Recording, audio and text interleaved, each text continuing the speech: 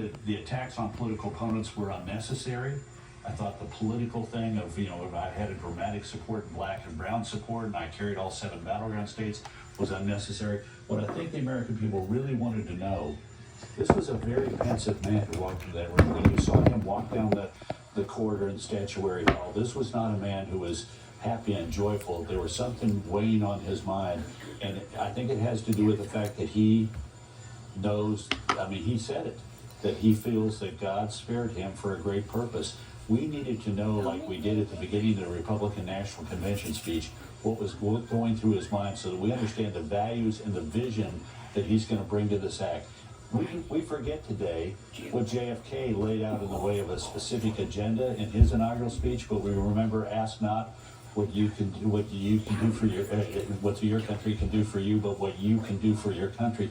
That vision and that values, that's what I think was, we got a hint of it in the golden age and the revolution of common sense, but he has an opportunity here in the few weeks ahead to really share with the American people the motivations. This is the outside, as you see Vice President Harris and the second gentleman walking away to their car, and then there will be a goodbye ceremony for President Biden and former First Lady Jill Biden as they go on Marine One. Britt, it is a transfer of power. It is, President Trump today called January 20th, 2025 Liberation Day. And this is the handoff. This is the send-off of a president. Looking back, how do you think Biden will be remembered in the history books? Well, I think it'll be hard for people to forget certain things. They'll have a hard time forgetting the price inflation that occurred and was so effective and so affected everyone in the country, rich and poor alike. And I think they'll also remember the controversies. They'll remember the border. They may also have a memory in the fullness of time of alliances that he tried to strengthen, and I think particularly in Asia did. I think they'll kind of remember the nice guy side of Joe Biden that was occasionally on display. I think people will have a hard time forgetting all these pardons because I think, that many done the way they were done, particularly these ones today, do, as Karl Rove suggested, leave a bad taste, and I think it'll be a long time, if ever, before people lose that bad taste in their mouth from those particular acts. We're watching a significant moment right now as President Biden and Jill Biden, the former president and first lady now, walk with the new president, the 47th president of the United States, Donald Trump, and his wife, Melania. It is striking, you wonder if President Biden said to President Trump in the car on the way over, by the way, I'm going to pardon my entire family on the way out the door. He said that it was all about, motivated solely by a desire to hurt me, the worst kind of partisan politics, and it just, sort of smacks of the irony when you think about what the former president and now current president went through as we see hugs here as they get ready to board Marine One. Let's just listen in here. This is no longer Marine One. It's a special air mission, and they are leaving and will leave the Capitol front.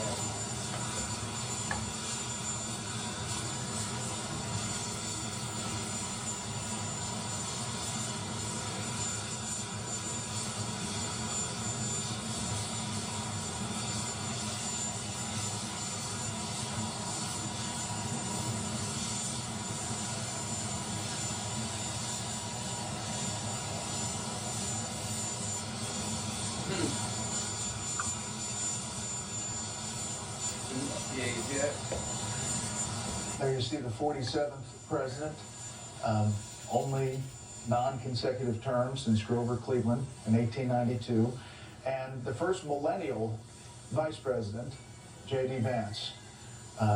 There was that moment that people have remarked, Dana, on on social media about the swearing in, where it seemed like Justice Roberts kind of went a little bit fast and the family wasn't really right there.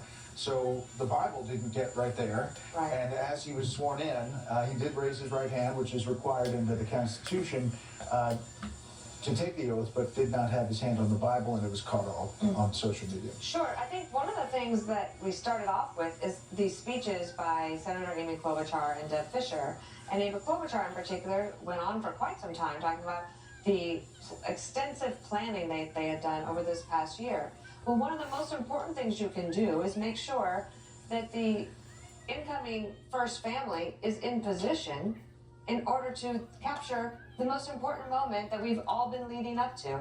And something happened where they rushed it a little bit. That doesn't mean that there's a problem. I don't think it was intentional. Well, there is no problem. The Constitution There's not a is clear. problem. Right. It's all good. Yeah, to be clear, there's no problem. Okay, And I do not think have there was not put their hand on a Bible in that same moment. And I think it was clear the intention was for him to do that because Melania was holding it the whole time. and she comes forward, and you can see, even as he's repeating the words from the Chief Justice and the oath of office, the family is filling in behind in the camera shot. So that was a little rush. But also, as Trump and Vance leave, now they're ready to go, right?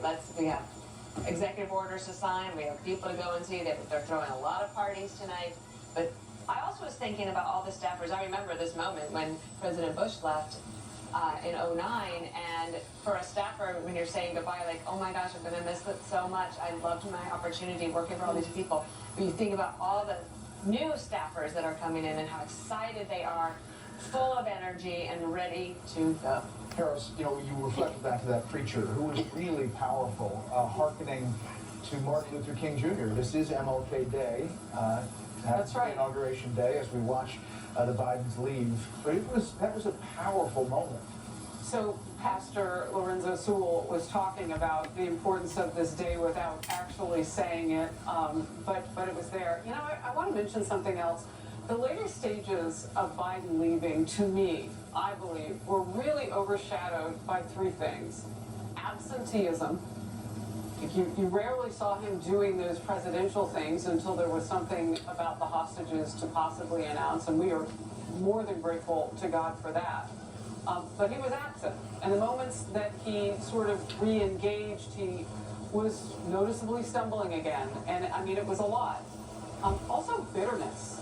I mean, it probably is not him because we know the machinations and how it works behind the scenes. He possibly can't be making every single decision every single moment.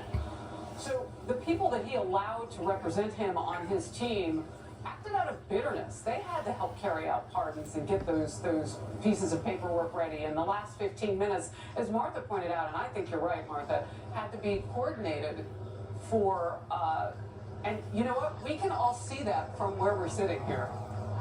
That special mission. I'm formerly known as Marine One and will be again when Trump boards it. But absenteeism, bitterness, and the garbled moment where Biden said that Trump supporters were garbage. I mean, it was a lot, those latent stages. This is a new page that's turned. We're ready to hear our C.